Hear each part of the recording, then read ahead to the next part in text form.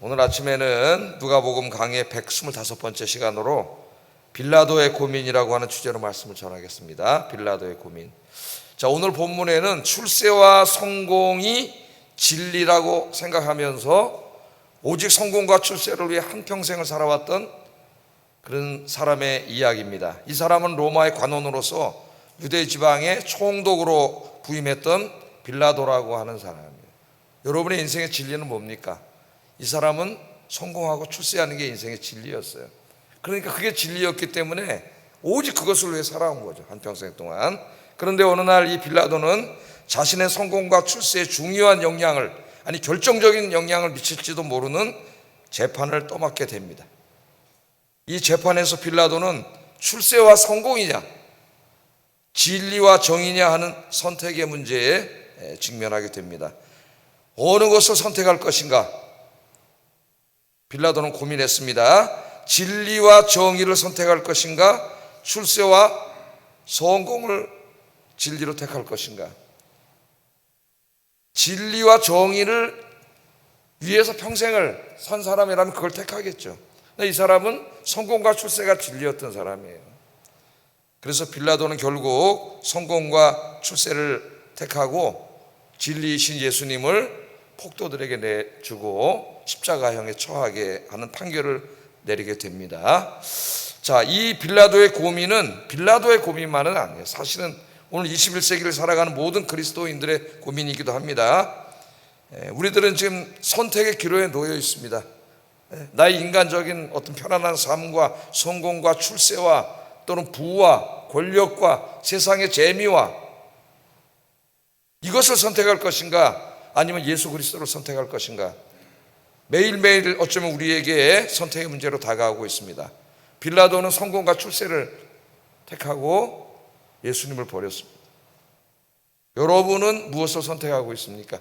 매일매일 삶의 선택 중에서 오늘 새벽에 이 새벽 기도를 선택하신 것 주의 이름으로 축복합니다. 오늘 본문 한번 보세요. 본문은 이제 유대인들의 1차 재판, 산헤드린 공회 재판이 끝났습니다. 산헤드린 재판에서 그들은 이미 결정을 내렸습니다. 사형. 그러나 그들은 사형을 시킬 권한이 없었어요. 로마의 식민지하에 있었기 때문에. 그래서 예수님을 이제 로마의 십자가에 매달아 죽이려고 로마 법정으로 끌고 갔습니다. 그래서 이제 로마 법정에서 재판을 하는 이야기입니다. 오늘 이야기가 우리나라의 하여튼 재판이 그죠? 정치 재판, 다른 재판엔 관심이 없어요. 정치 재판에 막 너무 과도하게 우리나라 사람들이 몰입되어 있고, 마치 스포츠 중계를 보는 것처럼 양편으로 나눠가지고 판사를 압박하고 자기네가 원하는 대로 판결을 내리라고 소리를 지르고 우리나라 사람들이 그렇게 하고 있습니다. 그래서 법치가 무너져 버렸어요. 법치가. 지금 오늘 여기 예수님 재판할 때 똑같은 일들이 지금 여기 벌어지는 걸 우리가 보게 됩니다. 로마 총독 앞으로 예수님을 끌고 갔습니다. 그래서 오늘 본문에 보면은 예수님을 이제 고소하는 내용이 나와요. 예를 들면 검사가 기소하는 것과 마찬가지죠. 이 죄악에 대해서 이런 죄를 졌으니까 이만큼의 형을 내려주세요. 그렇게 하는 거죠. 이제 검사가 돼가지고 그들이 원하는 것은 뭐예요? 십자가에 못 박아 죽이소서예요. 십자가에 못 박아 죽이소서. 자기들을 구원하기 위해서 찾아오신, 자기들을 너무나 사랑하시는 그 하나님, 그 하나님의 아들을 그들은 십자가에 못 박아 죽이라고 외치고 있습니다. 왜 그럴까요? 그 마음속에 마귀가 들어갔기 때문이에요. 마귀가. 1절 2절에 고소를 합니다. 기소를 하는 거예요. 1절 2절에 무리가 다 일어나 예수를 빌라도에게 끌고 가서 고발하여 이르되 우리가 이 사람을 보매 우리 백성을 미혹하고 가이사에게 세금 바치는 것을 금하며 자칭 왕 그리스도라 하더이다. 이들이 고소한 내용이 세 가지입니다. 세 가지. 첫째는 뭐예요? 백성을 미혹한다. 소크라테스를 죽일 때에도 헬라의 광기에 어린 그 헬라인들이 소크라테스의 제목 중에 하나가 백성을 미혹하게 한다예요. 백성을 미혹하게 한다. 이것은 백성들을 선동해서 이자가 예수님이 폭동을 일으키려고 하는 자다. 기소 내용입니다. 로마는 폭동을 가장 싫어합니다. 방대한 제국을 다스리고 있었고 다 민족과 언어가 다른 제국을 다스렸기 때문에 그 총독의 가장 무능함을 드러내는 게 뭐냐면 폭동이 일어나는 거예요. 폭동이 일어나면은 그 총독 죽습니다. 실제로 로마 역사에 그런 게 많이 있죠. 그래서 총독이 제일 두려워하는 게 폭동이에요. 폭동. 소란이 일어나는 거예요. 근데 뭐예요? 백성을 미혹해서 폭동을 일으키려는 자라는 거죠. 둘째는 가이사에게 세금을 내지 말라고 했다는 것입니다. 예수님 세금 내지 말라 그랬나요? 가이사의 것은 가이사에게, 그러나 하나님의 것은 하나님께 드리라고 이야기를 했는데 세금 내지 말라고 거짓말한 거죠. 거짓 증언을 하기 시작합니다. 거짓말. 우리나라 재판에 거짓말이 얼마나 많습니까, 여러분? 판사가 하는 일이 뭔지 아세요? 누가 거짓말인가 찾아내는 거예요. 누가 거짓말? 너무 뻔뻔하게 거짓말을 하기 때문에 누가 거짓말인가 찾아내는 거예요. 누가 진실인가? 쉽지가 않아요. 거짓말을 하기 때문에. 세 번째는 자칭 왕이라고 했다는 겁니다. 자칭 왕. 제사장이 뭐라 물어봤어요? 네가 그리스도냐? 그 그리스도는 유대인들의 개념에서는 정치적인 의미라 그랬죠. 이스라엘을 구원할 왕입니다. 왕. 우리가 생각하는 그런 메시아가 아니에요. 우리를 죄에서 구원하는 메시아, 그런 의미의 메시아를 기다린 게 아닙니다. 그들은 자칭 왕이라고 했다는 거. 이것은 로마 황제 가이사를 부정하는 것으로서 이 세 가지 중에 하나만 걸려도 살 수 없습니다. 십자가형이에요. 십자가형. 근데 이 하나 가지고 안 될지도 모르니까 세 가지를 걸은 거예요. 세 가지를 꽁꽁 올가맨 거죠. 세 가지로. 자, 이 세 가지 모두 로마의 법과 질서를 부정하는 반역죄로 로마법의 가장 큰 죄입니다. 중형, 십자가형입니다. 십자가형. 십자가형은 너무나 끔찍하기 때문에 로마인들은 자기 나라 사람은 절대 십자가에 매달지 않아요. 다른 나라 사람들 중에 로마에 반역하는 정치범들을 주로 십자가에 매달아 죽여서, 그 당시 로마의 지식인들의 글을 보면은 이 십자가형을 없애라고 얘기하는 사람이 많아요. 문명국가라고 하는 로마인들이 아직도 사람을 십자가에 매달아 처참하게 죽이는 것은 문명국가로서 옳지 않다, 이런 글을 쓰는 양심 있는 사람들의 글들이 있습니다. 그만큼 끔찍한 형이 이제 십자가형인데, 이 유대인들이 예수님을 십자가에 못 박아라, 십자가에 못 박아라. 그 큰 죄를 졌기 때문에 2000년 동안 나라 없이 헤맨 사람들이 유대인들이에요. 자, 같은 사건을 다루고 있는 마태복음 27장 14절에 보면 예수님께서는 유대인들이 막 십자가형에 처하라 그러면서 이 세 가지를 고소하는데 아무 변론을 하지 않습니다. 자, 이 당시에 재판에 무슨 변호사가 따로 있는 것도 아니고 자기가 자기를 변론을 해야 되는데, 상대방이 기소하고 고소하는 내용을 내가 내 입으로 변론하지 않으면 그 죄를 인정하는 거예요. 로마 법에서는 가만히 있으면 그냥 다 인정하는 겁니다. 그럼 유죄가 되는 거예요. 근데 예수님이 이 마태복음 본문을 읽어보면은 침묵을 하고 계십니다. 십자가에서 죽는 건데, 십자가에서 지금 우리 막 아니라고 막 얘기할 거 아니에요. 근데 아무 말도 하지 않으세요, 우리 예수님께서. 그러니까 이 총독 빌라도가 굉장히 이상하게 여겼습니다. 분명히 지금 막 아니라고 펄쩍 뛰어야 되는데 저 사람 가만히 있는데 그 얼굴을 보니까 범상치 않은 얼굴이에요. 얼굴이, 예? 겁에 질려 있지도 않고 인자하고 평안하고 온화한 얼굴을 빌라도가 보게 됩니다.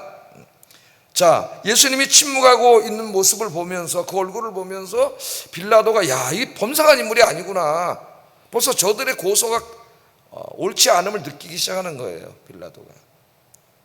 이제 한 가지 여기서 우리가 적용을 한다면은, 우리 그리스도인들은 절대로 거짓이나 혹은 다른 사람들의 말을 왜곡 혹은 과장함으로써 다른 사람을 고소하거나 비난하거나 험담하는 일을 해서는 안 됩니다. 저 어떤 판사가 쓴 스필집을 보니까 어떤 사람은 하여튼 눈만 뜨면 고소를 한다래요. 눈만 뜨면. 예? 어떤 사람은 유명한 법대를 나와서 변호사인데 인터넷 게시글을 읽으면은 고소할 내용이 100가지도 더 나온다. 그래서 맨날 고소하고 민원 넣고 고소하고 민원 넣고, 예? 이렇게 사는 사람들이 엄청나게 많다래요. 고소하고 민원 넣고, 여기 십자가 앞을 줄여달라고 민원 넣고 그러잖아요. 예? 전도한다고 가서 민원 넣고, 이런 사람들처럼 그런 사람들이 많다래요. 우리 그리스도인들은 절대 그런 말을 하면 안 되고 진실만을 말해야 된다. 진실. 예? 어떤 사람이 한 말을 완전히 이렇게 뒤집어서 말하는 것만 거짓말이 아니에요. 어떤 사람이 이렇게 얘기했는데 그걸 과장하거나 왜곡하거나 재편집하거나 재구성하거나 해서 하는 모든 이야기는 거짓말이에요. 거짓말. 그래서 거짓말은 가장 큰 죄입니다. 요한계시록에 보면 거짓말하는 자는 지옥불에 떨어진다 그랬어요. 지옥불. 제가 가끔 설교 시간에 이야기하는데 요즘 인터넷 시대가 되면서 가장 무서운 죄가 거짓말, 가짜뉴스라 그러지 않습니까? 가짜뉴스. 인터넷에 그냥 그 인터넷을 규제하는 법이 마땅치 않기 때문에 아무리 거짓말하고 모함을 해도 어떻게 처벌할 방법이 별로 없어요. 그냥 명예훼손으로 해서 해야 되는데 그걸 고소하고 고발하고 쉽지가 않은. 한 번 또 인터넷에 써지면은 지워지지도 않아요. 그래서 지금 전 세계적으로 인터넷 시대의 가장 큰 죄악, 거짓말.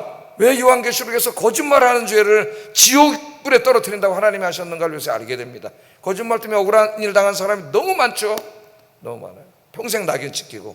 그래서 우리 그리스도인들은 항상 진실만을 말하는, 또 은혜로운 말, 복스러운 말만 말하는 여러분 되기를 주의 이름으로 축복합니다. 한 가지를 적용하고 넘어가고 싶어요.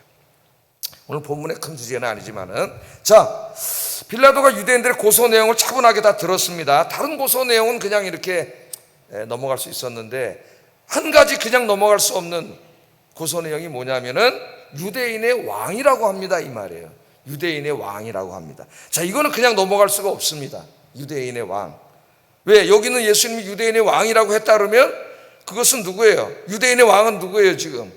로마 황제예요. 로마의 식민 통치를 받고 있기 때문에. 그건 자기가 왕이라고 한 거니까 가장 큰 반역죄입니다. 가장 큰 반역죄. 그래서 여기에 대해서만 다시 묻습니다.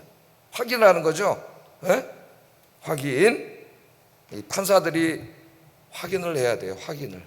확인을 잘해야 정의로운 판단을 할 수가 있습니다. 자기 정치적인데 편향이 돼가지고 확인도 하지 않고 요새 판사들이 그따위 짓을 하고 있어요, 우리나라에. 내가 유대인의 왕이냐? 물어보잖아요. 그럼 어제 대제사장이 물어본 것과 용어만 다르지 같은 질문이에요. 네가 그리스도냐? 그리스도는 유대인의 왕이니까 그래서 죽이려고 그랬잖아요. 오늘 빌라도는 뭐 그리스도 메시아라는 관심 없고 정치적인 언어로 말하는 거죠. 네가 유대인의 왕 맞냐? 저 사람들이 너를 고소하는데 유대인이 왕이라고 맞냐? 그렇게 물어보니까 유대인들이 고소할 때는 아무 말도 하지 않으셨어요, 예수님이. 그런데 이 빌라도가 물어볼 때는 대답을 하십니다. 뭐라 그랬어요? 네 말이 옳다. 이거 뭐라는 거예요? 유대인의 왕 맞다는 거죠. 왕. 예수님 왕이세요. 그러나 유대인의 왕만이 아니라 유대인의 왕이로서 온 세상을 구원하고 다스릴 온 우주의 왕이시죠. 온 우주의 왕.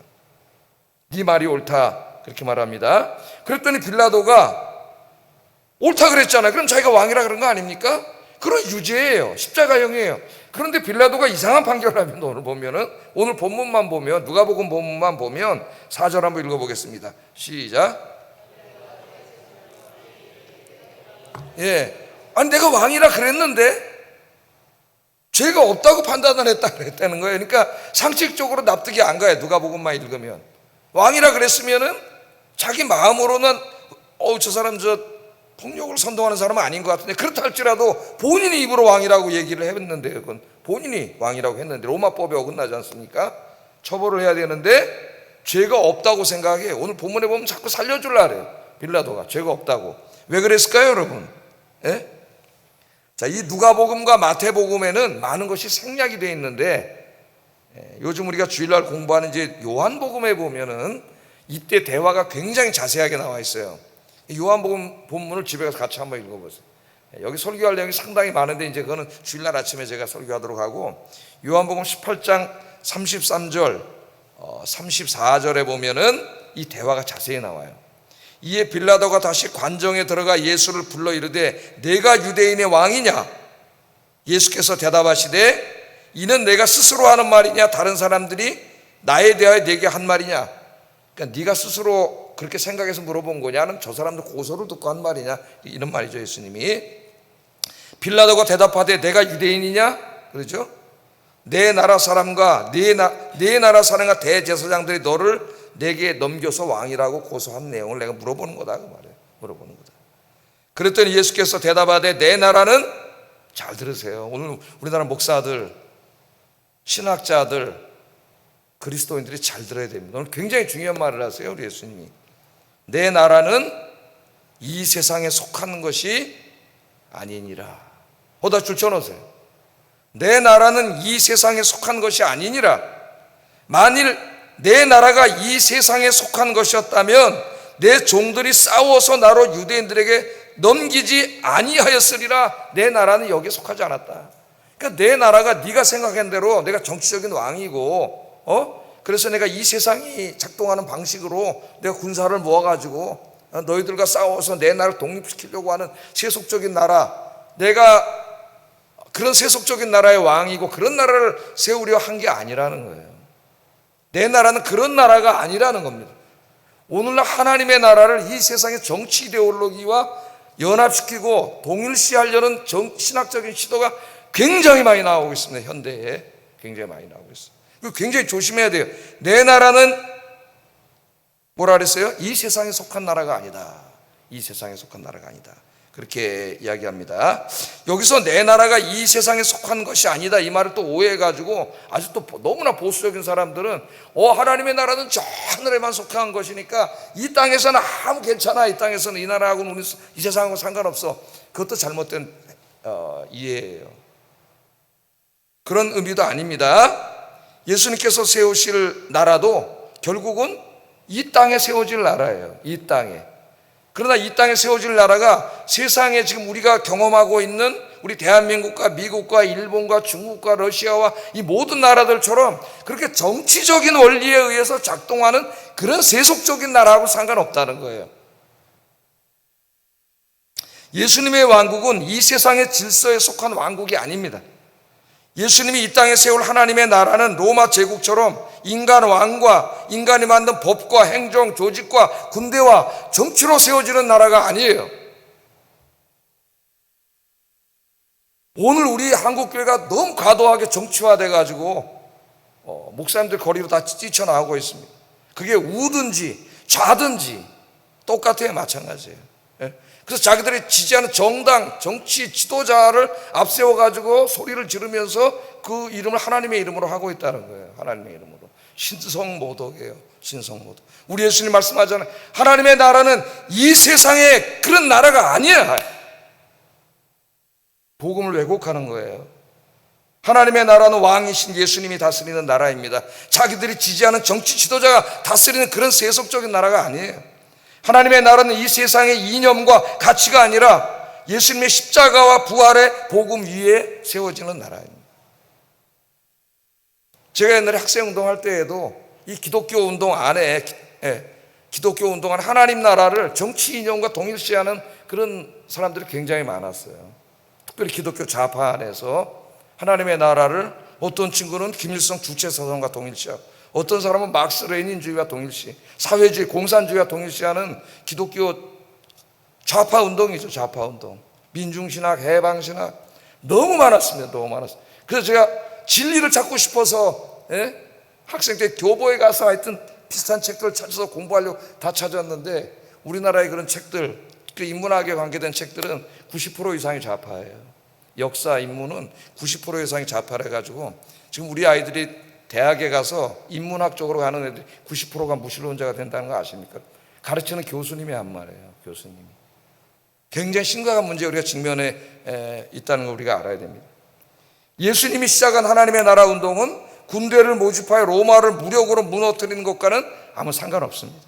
그 유대인들의 열광주의자들이 지금 그렇게 생각하고 있잖아요. 특별히 열심당원들이, 바리새인들이 은근히 그렇게 생각하고 있지 않습니까? 하나님의 나라는 자신들이 입맛에 맞는 지도자와 국회의원을 뽑아서 새로운 정치 질서를 세우는 것과는 아무 상관이 없어요.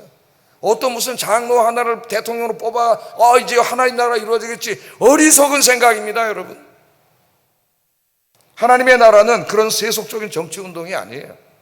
하나님의 나라는 예수님의 십자가와 부활에 세워지는 초월적인 나라입니다. 하나님의 나라는 예수님의 십자가와 부활의 복음으로 인간과 이 세상 나라를 치유하고 구원하고 새롭게 통치하는, 새롭게 이루어가는 하나님의 통치하심이에요. 하나님의 통치하심. 이 말씀은, 오늘 예수님이 하신 말씀은 하나님의 나라를 이 땅의 정치적인 해방이나 경제적인 해방이나 성의 해방, 인종의 해방으로 이해하려고 했던 모든 이념적 시도가 얼마나 허구인가 거짓말인가 하는 것을 밝혀줘요. 성경의 이야기를 읽어야 돼요. 성경의 이야기를 읽어야 됩니다. 오늘날 여러분 무슨 여성신학이니 정치신학이니 이렇게 해서 인터뷰한 유튜브나 이런 데 떠들고 책을 쓰고 이런 사람들이 얼마나 많아요. 여러분 속지 마세요. 물론 하나님의 나라도 이 땅에 정의와 평화와 사랑에 관심이 있습니다. 예? 그러나 그런 것을 이데올로기화해서 정치적으로 이루려고 하는 것이 하나님의 나라가 아니에요. 그래서 하나님 나라의 운동은 정치 운동이 아니고 복음 운동이라는 걸 알아야 돼요. 복음 운동. 하나님의 나라는 이념적으로 갈라져서 싸우고 미워하고 증오하는 것이 아니라 그 이념적으로 갈라져서 서로 미워하고 증오하는 사람들을 서로 용서하고 사랑하고 화해시켜서 예수님이 왕이 되는 하나의 나라, 사랑의 나라, 평화의 나라, 정의의 나라를 이루는 것이 하나님의 나라예요. 하나님의 나라는 정치하고 상관이 없습니다. 베드로가 칼을 뽑아서 군인들의 귀를 잘랐을 때에도 예수님이 귀를 붙여주시면서 칼을 쓰는 자는 칼로 망한다. 하나님의 나라는 칼로 이루는 게 아니에요. 정치로 이루는 게 아니에요. 어떤 이념으로 이루는 게 아니에요. 성경은 이념이 아니에요. 성경은 이데올로기가 아니에요. 성경은 이데올로기의 위에 있는 하나님의 말씀이고 진리예요. 진리. 옛날에 세계에서 2차 대전이 끝나고 이제 공산하고 한참 동구권에서 이루어질 때에 그 당시에 이제 칼 바르트라고 하는 20세기의 그 가장 위대한 신학자가 있었습니다. 이 사람이 10년 동안 자펜빌이라고 하는 곳에서 빈민 목회를 하다가 그 이후에 늦게 신학을 했어요. 그러니까 신학을 하다 목회를 보통 하든지 그러는데 이 사람은 목회를 하다 신학을 했어요. 교회를 10년 했기 때문에 그 사람의 목표가 교회를 위한 신학. 그래서 그 사람 그 조직 신학을 교의학이라 합니다. 근데 이 사람이 맨 처음에 이제 2차 대전이 끝난 다음에 하나님의 나라는 성경을 읽다가 평등주의와 동일시해 버렸어요. 정치 이념과. 그러다 보니까 하나님의 나라는 공산주의다, 사회주의다. 사회주의 운동을 하게 됩니다. 그 당시에 유럽의 기독교인들 중에 하나님의 나라, 예수님이 선포하는 하나님의 나라를 사회주의, 공산주의와 동일시하는 신학 운동이 막 일어났어요. 예? 유럽의 이 사회주의 운동이 막 일어났다고, 교회 안에서. 우리나라와 마찬가지로. 여러분, 예수님이 진정한 사회주의자라 그랬습니다. 칼바르트가. 그런데 나중에 보니까 공산권이 이 동구권이 공산화되는데 다 피해 혁명으로 엄청나게 많은 사람들이 죽고 증오하고 미워하고 자유가 없어지고 처참하게 되는 걸 보고 공산주의에서 돌아서게 되고 회개하게 돼요. 이 사람이. 예? 그러면서 아주 중요한 이야기를 하게 돼요. 신학은 이념이 아니다. 신학은 양 이데올로기, 신학은 진리의 빛으로서 양 이데올로기, 이게 사회주의든 자본주의든 양 이데올로기를 올바른 길로 이끌어주는 빛이 되어야 된다는 유명한 이야기를 했어요. 근데 지금 신학이 정치 이념 밑으로 들어가 있어요. 우리나라는. 그러니까 정치가 우상화된 거예요. 엄청난 타락입니다. 여러분. 혼란이고. 오늘 예수님이 뭐라 그랬어요? 내 나라는 이 세상에 속한 나라가 아니야. 이 세상의 질서에 속한 나라가 아니에요. 그래서 이 예수님의 선포하신 하나님의 나라 운동은 정치 운동이 아니에요. 사람들이 거리로 뛰쳐나가는 시민 운동이 아니에요. 이거는 기도 운동이고 복음 운동입니다. 우리가 복음을 전파하고 교사로서 아이들에게 복음을 가르쳐서 수많은 사람들을 구원하고 그 구원받은 사람들이 서로 미워하지 아니하고 이념 때문에 갈등하지 아니하고 싸우지 아니하고 서로 용서하고 화해하고 사랑하면서 하나의 손을 잡게 하는 게 하나님의 나라예요. 교회가 그렇게 간다면은 대한민국이 이렇게 갈라지지 않을 거예요. 그런데 대한민국이 이념으로 나눠서 교회가 나뉘어져 있고 어느 지역은 뭔 놈무당, 어느 지역은 뭔 놈무당 이따위 짓거리를 목사들이 하고 있습니다. 그 고향이 뭘 그렇게 중요하다고? 여러분들은 하나님의 진리 위에 굳건히 서시는 여러분 되기를 주의 이름으로 축복합니다. 잊지 마세요. 내 나라는 이 세상의 나라가 아니다. 이 세상의 질서에 속한 그런 나라가 아니고 이 땅의 정치와 이념으로 이루어지는 그렇게 작동하는 나라가 아니에요. 예수님처럼 우리 그리스도인들이 내 십자가를 지고 자기를 희생하고 사랑하고 용서하고 정의롭게 살아갈 때에 이 땅에 하나님 나라가 이루어지는 줄로 믿습니다. 속지 마세요. 자, 그래서 예수님이 정확히 이야기했습니다. 세상에 속한 나라가 아니다. 빌라도는 예수님과 대화를 나눈 후에 예수님이 로마를 정복하는 그런 정치적인 혁명가가 아님을 확신했어요. 빌라도는 얼굴과 눈빛만 봐서도 예수님이 온화하고 의로운 분이라는 거, 범상한 분이 아니라는 것을 알게 됩니다. 그래서 이제 고민이 생긴 거죠. 보니까 아니야, 이분이. 그런 분이 아니에요. 남을 증오하고 미워하고 군사를 모아서 상대편을 죽이고 이런 사람이 아니에요. 근데 그때 때마침 이 마태복음 27장 19절에 보면은 빌라도의 부인이 보낸 사람이 와요. 오늘 본문에는 안 나오지만 한번 봅시다. 마태복음 27장 19절 한번 읽어보겠습니다. 시작.